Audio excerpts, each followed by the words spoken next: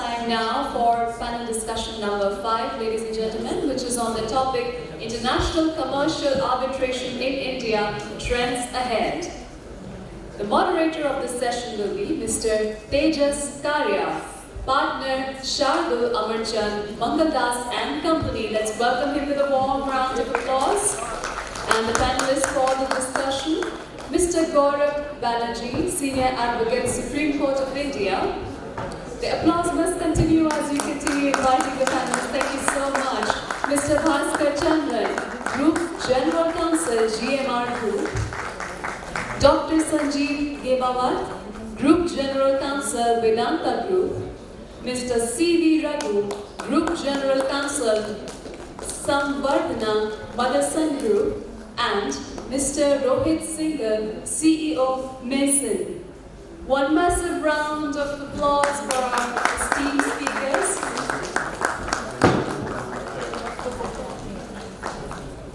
Warm welcome, gentlemen. And over to the moderator.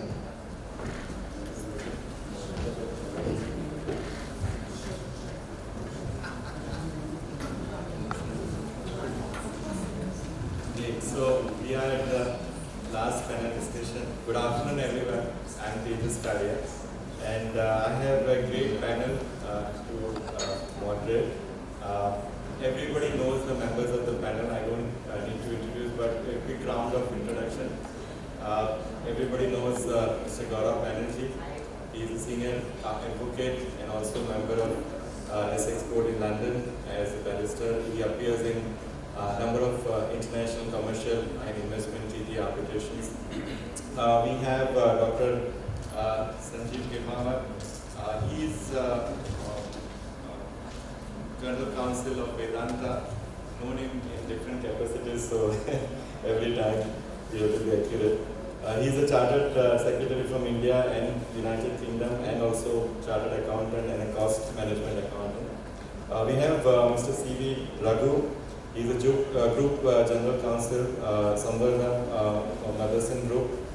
He drives the legal, secretarial, regulatory compliance and governance process across the globe for the group. We have Mr. Rohit Singhal. He is the CEO of Masin project and has extensive experience acting as an expert in various international construction arbitrations. So without further delay, I think we should discuss most of the points. What we are going to discuss is that very briefly we will run through the different issues which are being faced by the Indian arbitration regime, especially international commercial arbitration, because we always talk about making India as the hub of international commercial arbitration. And India has a lot of unique advantages which we are overlooking, although there are some issues which we all know. So firstly, if I may ask Dr. Sanjeev Gemawat, that what has been your experience as far as the institutional arbitration is concerned? Since 2019, we have been trying to bring in all the institutions in India, and we have seen that a lot of international institutions like ICC, CR, LCIA have been active in India, and we have some domestic institutions as well who are doing extremely well. But what more we can do, and what are your practical suggestions to make institutional arbitration more acceptable from the user's perspective, and also see that we have more and more institutional arbitration as compared to ad hoc arbitration, given the advantages institutional arbitrations offer in general. So over to you, Karia.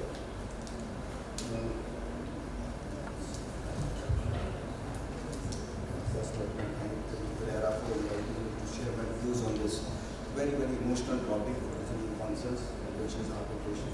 And thank you, Tejas, for starting this discussion with me, and that too with the emotional aspect of arbitration.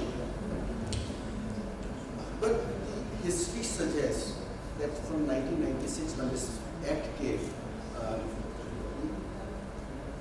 this is all in line with the economic development of the nation.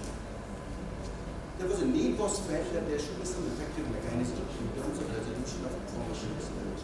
And largely, the parameters were the same, which are the inherent parameters as far as the commercial, the dispute resolution under the ATR mechanism is concerned, which is basically time, cost, and the experts' involvement in terms of resolution of dispute.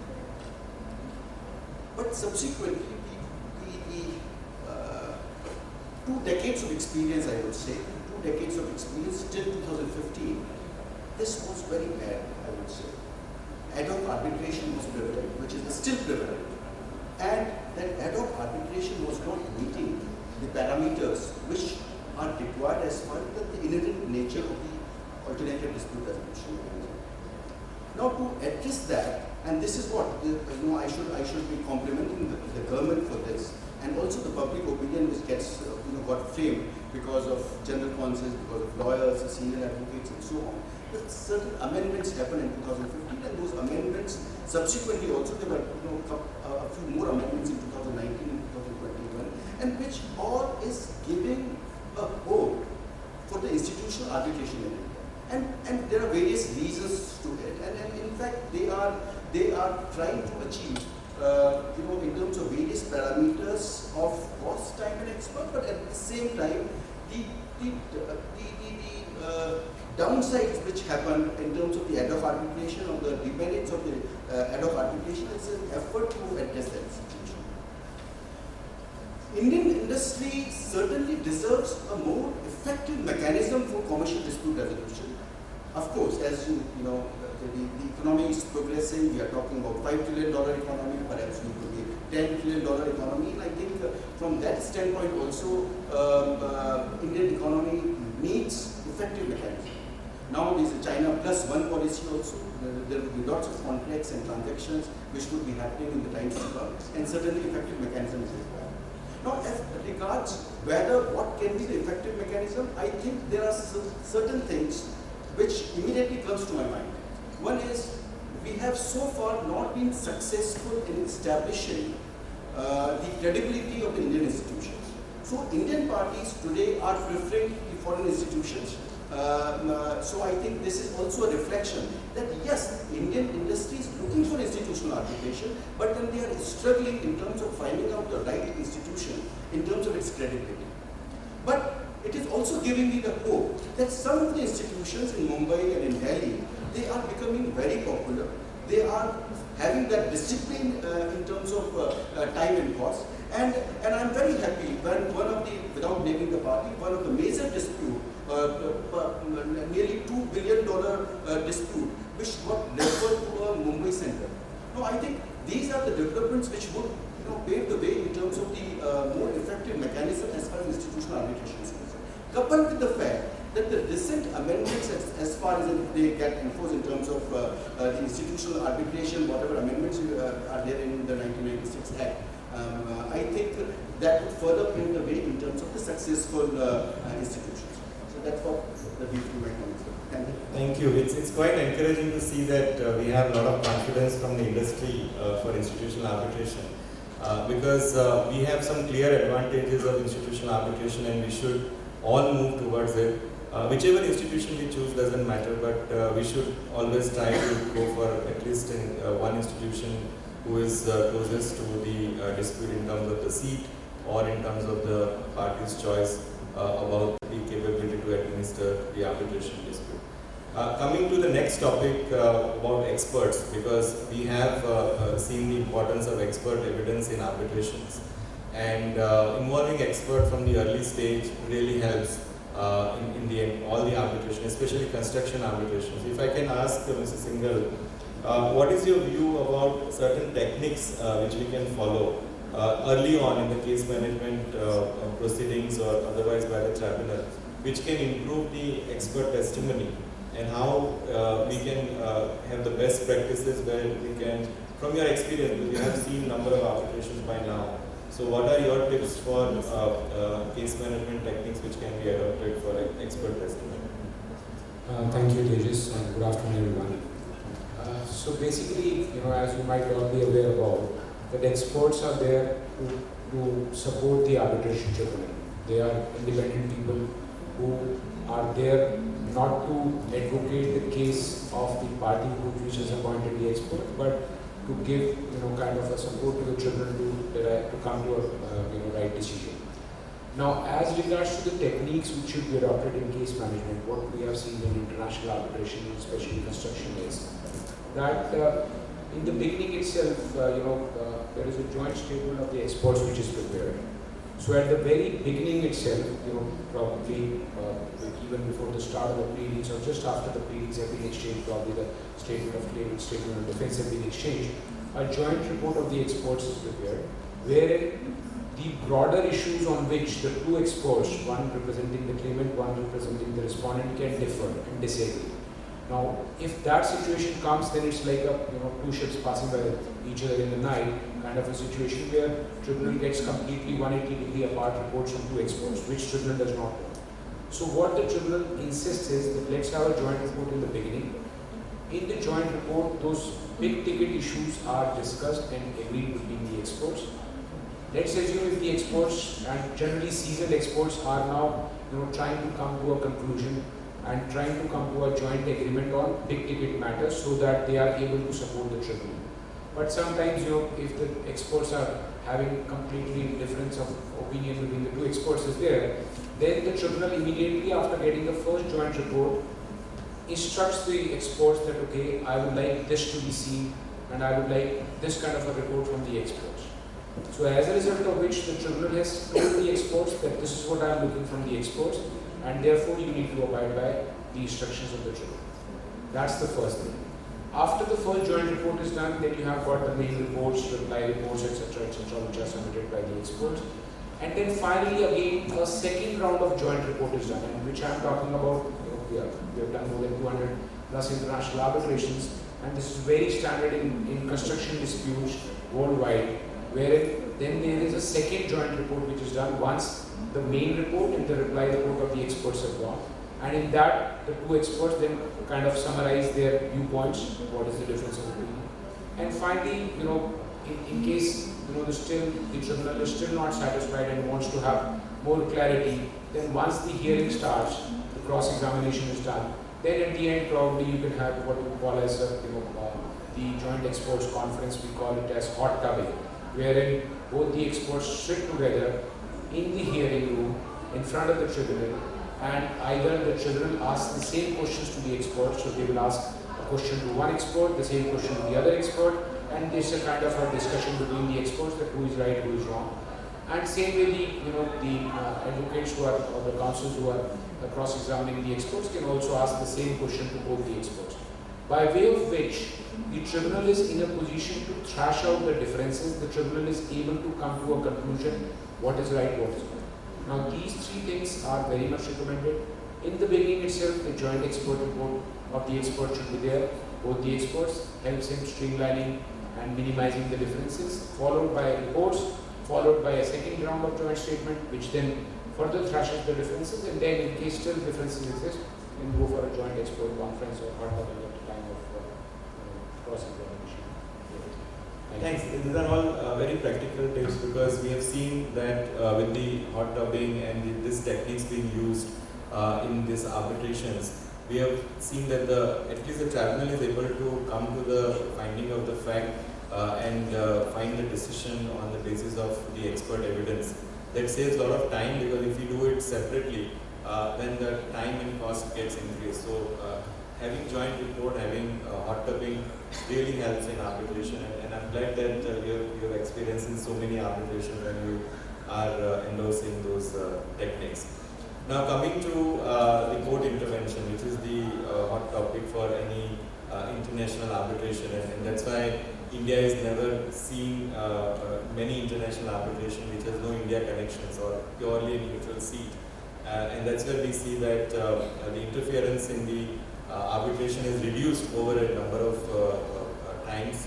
What we have seen in last several decades, the trend was to have court interference, and then in last 5 to 6 years we have seen that it has reduced over a period of time. But still in exceptional cases we have seen that the court exercising their extraordinary jurisdiction and interfering in the arbitration process under the writ jurisdiction.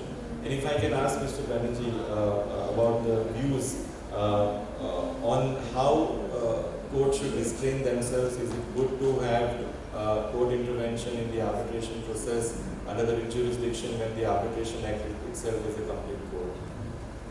Thank you, Tejas. I'm really glad to be here this afternoon.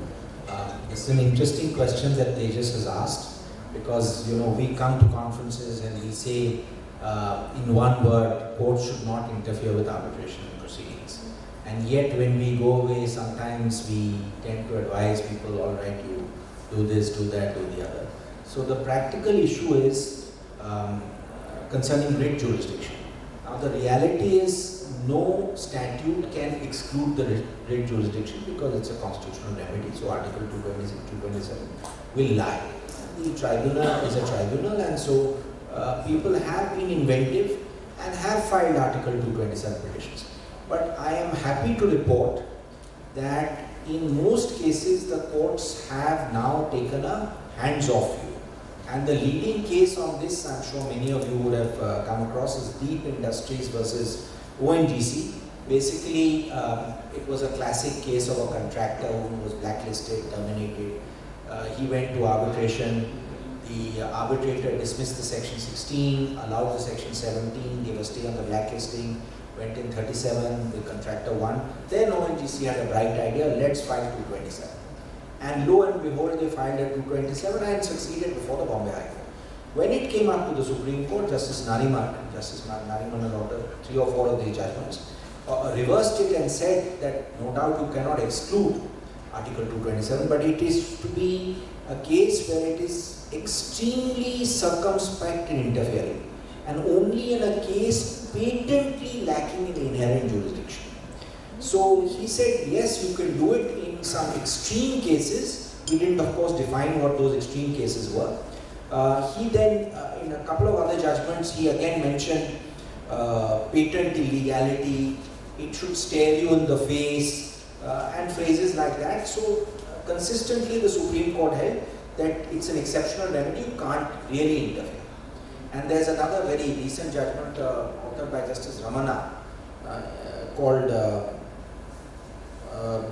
Bhavin Construction in 2022. He also uses similar phrases: exceptional remedy, bad faith has to be shown, and most interestingly, where the party is left remediless. So you would think from the trend in the Supreme Court, there are 4 or 5 judgments, that high courts will not interfere. But of course the high courts have their own dynamics. So for the purposes of this conference and otherwise, I did a little bit of a study as to various high courts, whether they interfere in Article 227 or not. And generally, they really do not. So I mean, you will have to find an extreme case where they interfere. But I could find 2 or 3 cases where they interfere. For instance, the Calcutta High Court interfered in a case in an NHAI arbitration where, they basically, you go to the arbitrator if you want your compensation enhanced. And the arbitrator had decided 229 cases on one day. So in that extreme circumstance, instead of remanding that to 34, the High Court set it all aside and sent it back. So maybe that's an extreme case. The other interesting series of cases are in Delhi High Court, and we are very fortunate in Delhi to have some exceptionally bright judges. 7 or 8 of these judgments are authored by Justice Hari Shankar, a couple of judgments by Justice Pradeep Jalan and Amit Bansal, and generally the High Court does not interfere. But I found one interesting case where the High Court has interfered. Both Justice Hari Shankar and Justice Jalan, similar facts, where the arbitration went on. Government of India, of course, in its own style, was given time to file the SOC, failed to file the SOC on many occasions, and finally it was terminated under 25A. In such a circumstance, the High Court single judge, Justice Hari Shankar and then Justice Jalan, similar matters, took the view that, look, we are not interfering with the arbitration process, we are facilitating the process. Let the Union of India's application for recall be considered, and this is an exceptional case and there is no other remedy. Now, I have a little question there. I don't know whether I am right or wrong, but if an arbitral tribunal closes a matter saying that you have run out of time and you have not filed your SOC and it's a final order, could it not be challenged under 34? So I'm not sure whether the judgment is correct or not, but in any case, these are one or two stray cases where the High Court has interfered. I know one other case where the High Court has interfered, where in an IBC proceeding, there was a finality given in a resolution plan, and there was one dispute which was pending, and the party moved a section 16 saying now it's all settled under IBC, but the arbitral tribunal went on. That matter is pending. The High Court has given a stay. So I am happy to report that generally, despite 226, 227, normally now the High Courts because of the Supreme Court's stern remarks in Deep Industries and Bhavit, High Court does not really interfere. But that doesn't mean that in an extreme case you will be able to shut out writ jurisdiction. Thank you. That's great to know, because what is happening is that Arbitration Act is a complete code, but you cannot take away the jurisdiction of the High Court under the writ jurisdiction. So there is always a tussle between the two, and arbitration has always won, except barring two cases where Mr. Banerji pointed out to us. The next issue is about multi-tier arbitration clauses. We have seen number of arbitrations. You have either the mediation as a precondition or good faith negotiations as the condition before invoking arbitration. And Indian courts have also recognized that and enforced that you cannot invoke arbitration unless you avail the previous steps in the dispute resolution clause. So if I may ask Mr. Raghu for your views as to what is your experience in this multi-tiered arbitration clauses. In your experience, have you seen that mediation, trying for mediation prior to arbitration has helped, or that in exceptional circumstances court have also come to conclusion that because it would have been a futile exercise, you can straight away go to arbitration?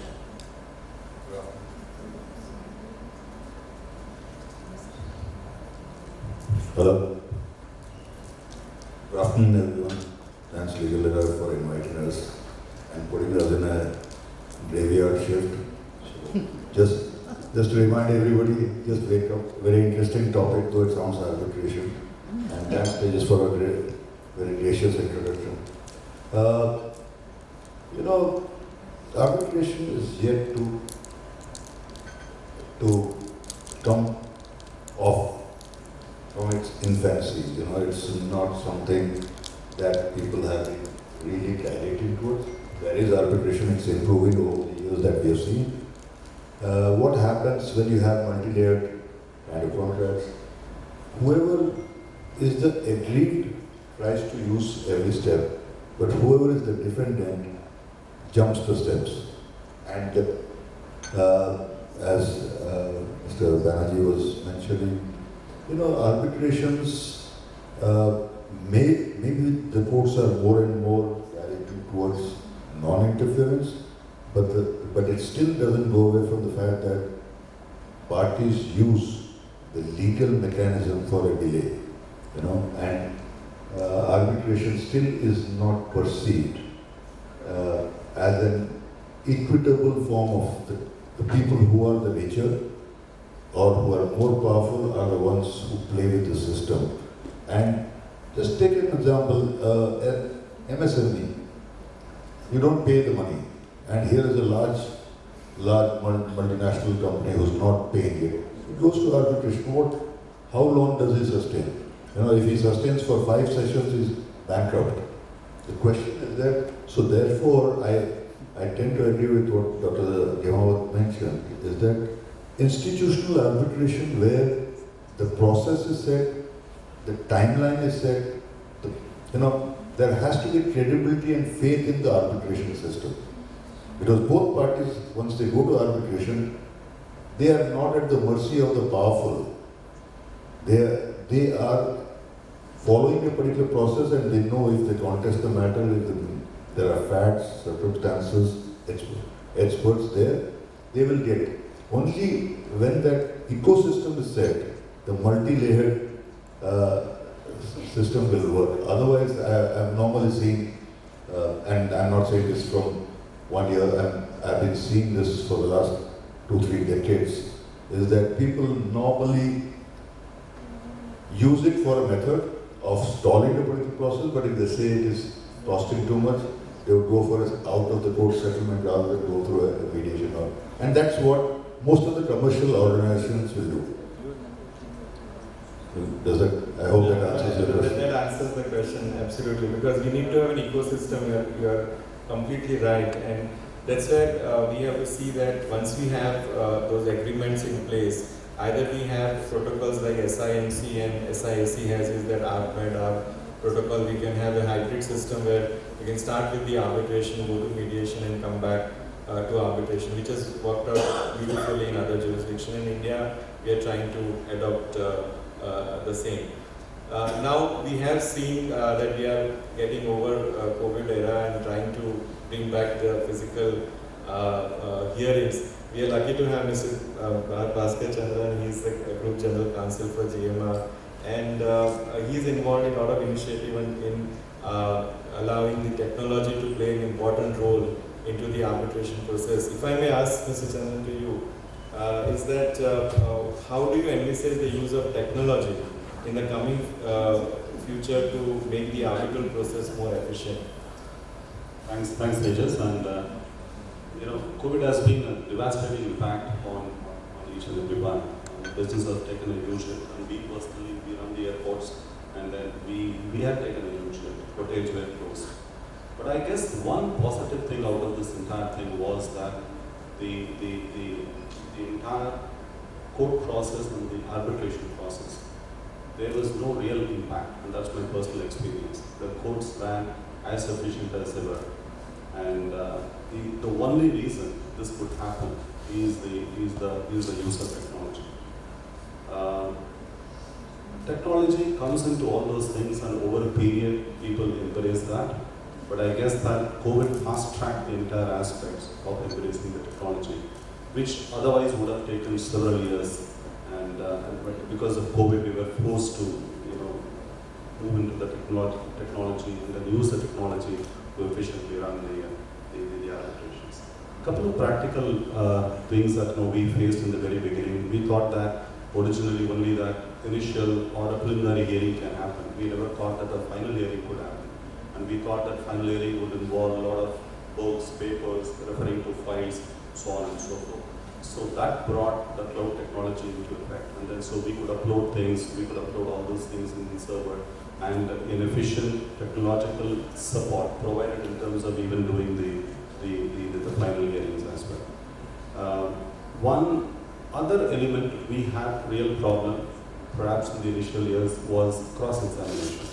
Because we found that during one, how you could come out of the witness tutoring. And if people are in different locations and witness is sitting in his house, and this is a practical experience, the witness was from a flat in Mumbai, and the entire flat was sealed, so nobody could even go and then approach him. So in that situation, how do you do a witness cross-examination? So we came up with ideas to have cameras all over installed, so that he is not tutored and so on and so forth. But the bottom line is that, to me, I think the significant positive impact of COVID, while of course it has impacted many of us, is the embracing the technology, into the judicial and to the arbitration process. We have never heard of virtual hearing. I know if you have to come back and ask this question 5 years before Tejas, so I wouldn't know what a virtual hearing would be. But now today, a virtual hearing is a norm, and everywhere it's being used. COVID has gone, but this has continued. But even today, if you really look at it, we prefer, rather than a physical hearing, more of a hybrid form of hearing. That's what we would prefer. And so what we do is that we block rooms in different cities so that people don't need to travel. They can go to these conference centers and then be there, join from wherever they are. Extremely efficient, and extremely it has smoothened the process. So I think the one line answer to it is the technology, and the way in which we have taken the technology. It has gone to the next level, and perhaps this will continue for years to come. Yes, it's the new normal and it's here to stay. So, but for technology, all the arbitration lawyers would not have survived during the COVID period. So, thanks to technology also, and all the judges as well, yes. If I may ask Rohit, have you seen any increase in number of claims due to COVID pandemic, especially in construction industry? I'm sure there were a lot of delays and force majeure clauses would have been there. But in your experience as an expert, have you seen this? And if you have seen, what has been your reaction in kind of proving the delay and the reason for those delays due to pandemic? Thank you, Tejas. So primarily, when we go through the various situations today the construction industry is facing, there is definitely a huge number of claims which are now coming in and have been related because of COVID-19. I don't know how many of you are aware, India is third largest construction dispute market in the world. We are talking of billions and billions of dollars of money as part of the construction and infrastructure sector being in arbitration, courts, etc. Now, what has happened is COVID has been, has not been settled till now by the topmost court of the country, Supreme Court. What is happening is contractors are raising claims because of COVID. It could be that because of the shutdown and lockdowns, other issues, there were delays in the projects, there were disruptions in the project. Earlier, one single bus, there would be complete people packed in the bus traveling, but now because of the COVID at that point of time, there were less number of people. So this is a loss of productivity of that single bus. And when you're talking of a project which is a huge, massive project, there are numerous buses which are there. Just one single example of loss of productivity of a bus. And on the other side, there were projects which were already under delay, and then the contractor thought, oh, COVID has come, let me use this as one of the reasons to claim and somehow trying to overcome whatever past delays have been there. What has happened today is that there is still an issue whether COVID is going to be treated as a force majeure under construction contracts or not, because force majeure clauses do not cover pandemic. So there is an argument that COVID is not a force majeure because the force majeure clauses never ever envisaged pandemic as one of the as possibility which could come in. So what the construction industry is doing, they are claiming COVID related impacts under force majeure, under change of law in the sense that because there were lockdowns etc. instructed by the government, or else under hardship, unforeseeable circumstances. Now all these things have still not culminated into what is the final decision, because probably some arbitration tribunals have decided, but they have been challenged in the various courts. Internationally, I understand the Technical Board of Construction in UK has come out with a requirement with a judgment where it says that COVID-19 needs to be given extra time or delays because of COVID-19 needs to be compensated. But India still, that issue has not been resolved. And and coupled with COVID-19, what has now happened is there is a huge inflation and escalation in prices. I don't know, many of you must be knowing, steel, oil, because of Ukraine, because of recent China COVID, and all those things have come in, and this is the second impact which is now affecting the industry. So definitely claims have increased. Things have not yet settled as a law how COVID is going to be dealt with. Although the government has come out with a circular that 9 months extension of time for every project is going to be granted, but that's going to be without cost. Whether the cost is going to be compensated or not is still under challenge. Yes, we all have seen the increase in number of cases due to COVID-related delays, and we have now started also getting some of the awards where the tribunals have accepted the delay on the basis of the COVID and granted the benefit of that. So we have to see the facts of each case before the tribunals can decide. That's an interesting point to be proven. But the other important aspect is also the fees of arbitrators, and that has always been a debate over a period of time. We have had a recent Supreme Court judgment which has thrown some light. So if I can ask Dr. Gemawat your views as a user, because I know normally in the arbitrations we don't discuss the fees, and especially when we have Justice Sikri sitting in the audience. So. We don't get the opportunity of discussing this. So this is the opportunity we are giving. So, I think the way in which I see this recent judgment is also a reflection of the kind of Indian mechanism which is existing today in India. First is why this case was even referred to the Supreme Court level. I think that itself shows us that that's a reflection that these kind of cases are going to the Supreme Court. And above all, just see that the court has no option but to pass an order and give direction under Article 142. So this situation, it comes to my mind that this is a sorry state of affairs. Now coming to the arbitrator's fee, I think this ONGC judgment is the right judgment that yes, it's it's nothing but an acknowledgement of the basic principle of the area mechanism which is party autonomous. So to that extent, it's fine. But there is a larger issues involved that why these kind of cases are even going to the courts, and why should we not be disciplining ourselves in terms of the mechanism. The harsh reality is, and that will be giving us some reality here. When the matter gets referred to a tribunal, and just assume this is an ad hoc tribunal, schedule gets decided, fees gets decided, and at that point of time, even if someone wants to raise an issue, whether he has really an opportunity of discussing this, you ask about the discussion, whether he has the opportunity of discussing this. Now, there should be some professionalism in the tribunal itself, that how much they are charging, and I'm going beyond that.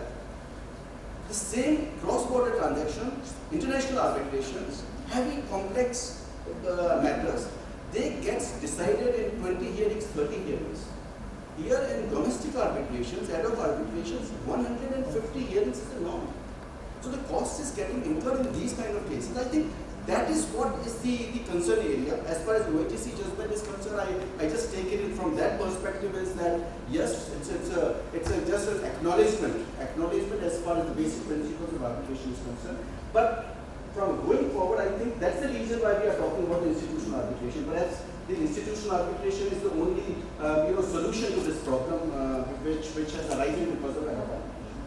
I completely agree. The answer is the institutional arbitration because it gives the fee schedule, and there are fee calculators on the website. You put the amount in dispute and you get to know the total fees of arbitration. And that also brings us to the next question about emergency arbitration, because we have this unique advantage of emergency arbitration in institutional arbitration, where the enforceability is an issue. So if I may ask Mr. Banerji very quickly about how the emergency arbitrator awards are enforced in India, whether seated in India and outside India. So looking at the paucity of time, I'm going to keep this very, very brief. Having been involved in the Amazon matter, obviously I have a vested interest in this. So in short, this is another aspect that you must look at as an advantage if you are doing an India-seated institutional arbitration. MCI has it, DIAC has it, other institutions have it.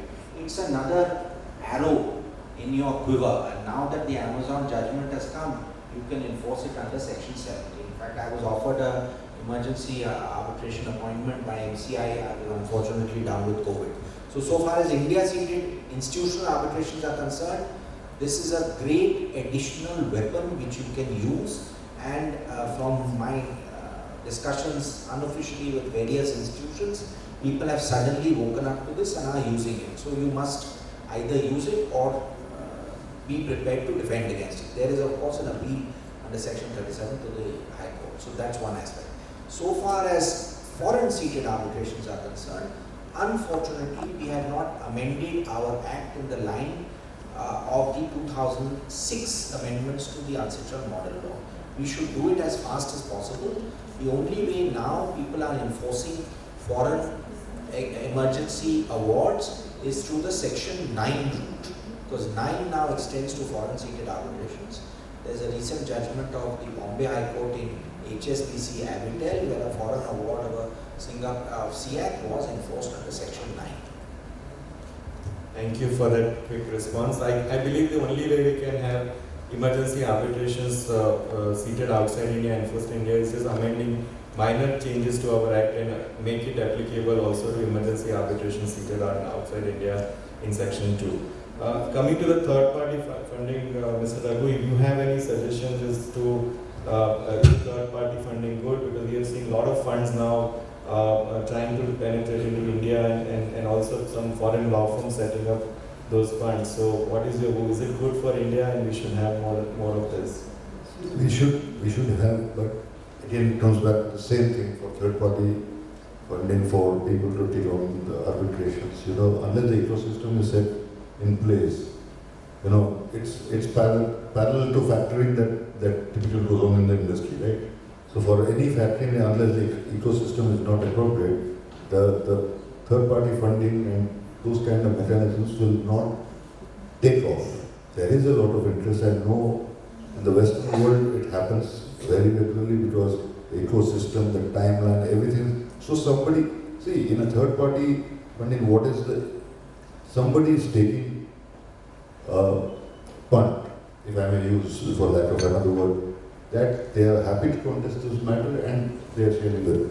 Now, in India, where you are playing to so many uncertainties, it is too early to predict that it will succeed unless the ecosystem is really made robust. Only then you'll have, people have a lot of interest. People are looking at India as, it's a great market, if I may use the typical jargon that people say, but too early stage for the third party. Too early. I don't think so. No, we hear you loud and clear. So just to conclude, if I may ask Mr. Chandran to give a concluding remarks on how to make India as the for international commercial arbitration and what steps all the stakeholders should take. I guess, Tejas, what I've seen here is that the speedy resolution is the key aspect in my view. And when you look at the key stakeholders, government is one key stakeholder, courts are one, the tribunals, the lawyers, and the last is the infrastructure. I must point out that the Indian government has done phenomenal work in terms of, in terms of creating India as a hub. You see the amendments in the Arbitration Act, 2015 amendment, 2019 amendments, arbitration in terms of ensuring timelines are met, in terms of the scope of the challenge one can do. I think these are all the very clear testaments of what the government has done and towards this initiative. Courts have always taken, and recently also, very pro-arbitration approach. You see multiple, the courts where they don't interfere, especially if it's in terms of the awards or unless and even if the scope is something like a patent illegality or something which is drastically wrong, the courts do interfere. Otherwise, generally it's a pro-arbitration approach that the Indian courts have adopted. I guess the next aspect in terms of when you create India as the hub, the arbitral hearings. Most of the times, in the past, hearings used to happen, on a Saturday or a Sunday, not during the court days and things like this. But we see more and more of hearings happening on weekdays. And I have been, involved in arbitrations where, it starts on a Monday and goes on Friday, where every day, the schedule is set and things like this. So this is also another positive thing. While all these things are positive, one aspect I must point out, which perhaps it needs improvement, is the infrastructure.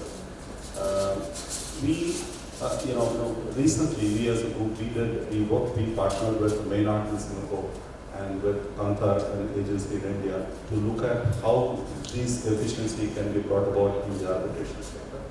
And we came out with a study, and then there was really great statistics that we could come up with in terms of saying that how the centers should look like. Most of the arbitrations currently happens, either in a hotel or in clubs.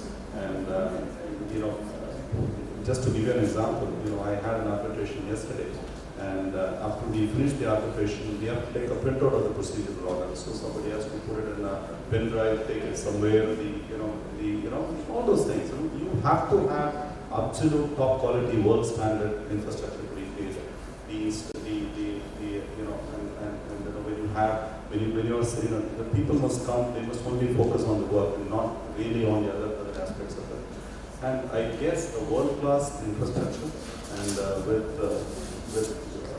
great meeting rooms, with internet facility, printing and the Xeroxing facilities, facilities, so on and so forth. That's the need of the day. I guess that with that, while I'm very positive in terms of the other aspects, but I guess with the infrastructure in place, I think we can take it to the next level. Thank you. You covered almost all aspects for making India as the hub for international arbitration. And with that, I thank each of my panel members for giving views on a lot of different aspects, but all the important aspects. Thank you very much, and thank you all of you for listening. Okay, yeah, sure. Yes, sure. May I? Yes. Hi, thank you. This was rather interesting, and I just have a very brief question. Since we've had the privilege of listening to a lot of views being shared this afternoon, I'm Namita Chadha. I'm the founder and managing partner of my law firm called Chadha & Company. We do commercial arbitrations, mostly international. What we faced since we've discussed the fee of the arbitrators, and there have been issues which have been more practical. What we are facing is an issue which is rather a new nuance. And I would like to talk about it very briefly. It's called a memorial style submission. So I didn't discuss it, I didn't get to hear it today amongst the panelists. I would like to hear, we haven't come across a formal definition of the memorial style submissions. And this is to save cost and this is to save time. So in this regard, the opponent, if we are the defendants here, we are the counsel for the defendants, I would like to address this distinguished panelists and ask, since it's going to be a submission of the memorials, and it is going to be simultaneous submission. It's not going to be first submission and then a responsive submission, but it is going to be a simultaneous. Would it be appropriate to ask either the arbitral tribunal or the opposite party? Firstly, because as we understand, the memorial style comprises of the facts plus evidence simultaneously, together. Yeah, so basically you are saying that whether memorial style is a good practice. But if I may ask Banerji. No, my question is very simple, sir. My question is, what is the definition of a memorial style? And secondly, what does one look at to? I mean, what is the form that one adheres to while making a submission in the form of a memorial style? Thank you. So this is obviously not a very common practice in domestic arbitrations here. Yes, we have seen this in some international commercial arbitrations, either seated in India or abroad. The fundamental issue there is it requires a huge amount of discipline. You have to have your pleadings and your evidence intact in one go, in one shot. I don't think we have reached that level of sophistication here, at least in our domestic bar. That also requires a lot of hand-holding by and direction by the arbitral tribunal, who are normally used to pleading, counter, rejoinder, admission, denial, evidence. What you are suggesting has happened, but not domestically to my knowledge. There are many classes there. It is a one-shot process where you put in your memorial and you put in your evidence and you put in your documents in one go. We had thought of this in the Amazon matter. Nobody agreed to it because, frankly, that's not something people are used to. That's the reality of the matter. I have done only 2 cases where there have been memorial style. It involves at least 10 times the amount of work, but it cuts short the proceeding. So, sir, would it be appropriate to ask for the indulgence of the arbitral tribunal in hand-holding, as you said? You have to convince the arbitral tribunal, you have to convince the other side, and you have to accept mindset change. It will require a huge amount. But there's nothing unethical in it.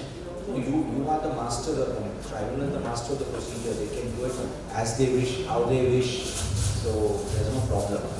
No problem. Thank you, sir. Appreciate it. Thank you. I'll just add here my experience. So international construction execution arbitration, memorial style is very common. Right. Almost out of 100 arbitrations, 70 arbitrations are done in the memorial format. Right. What memorial format means that you are submitting a statement of claim, the fact witness statement, the expert report all together, and then you have the statement of defense, which will have all these things. Right.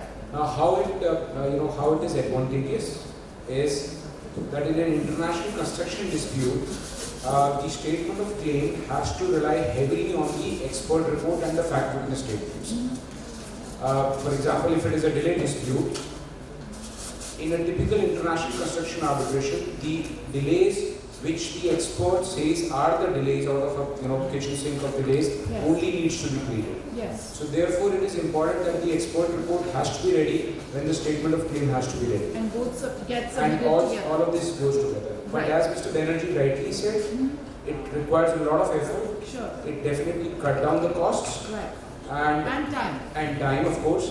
But there is a counter, argument by the respondents generally, because it's something which respondents tend not to favor it, because they would like to understand the case and then have the experts and fact witnesses later on clarify once the pleading stages are done. Right. So claimants generally are preferring it.